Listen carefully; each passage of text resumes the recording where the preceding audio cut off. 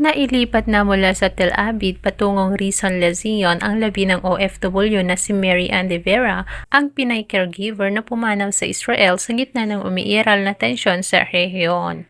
Sa panayam ng isang lokal na himpilan sa Dagupan kay Mel Grace Esico, matalik na kaibigan ni Mary Ann na mas kilala bilang Michelle, ibinahagi nito ang kanilang malapit na samahan.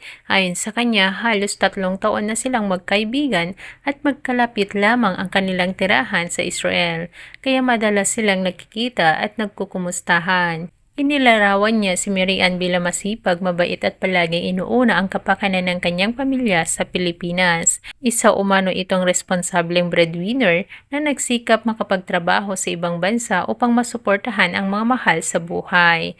Samantalang patuloy ang koordinasyon ng mga kinauukulan para sa mga susunod na hakbang kaugnay ng pagproseso at pagpapauwi ng kanyang mga labi sa Pilipinas. Umaasa ang pamilya at mga kaibigan na maayos at ligtas na may sasagawa ang lahat ng kinakailangang proseso.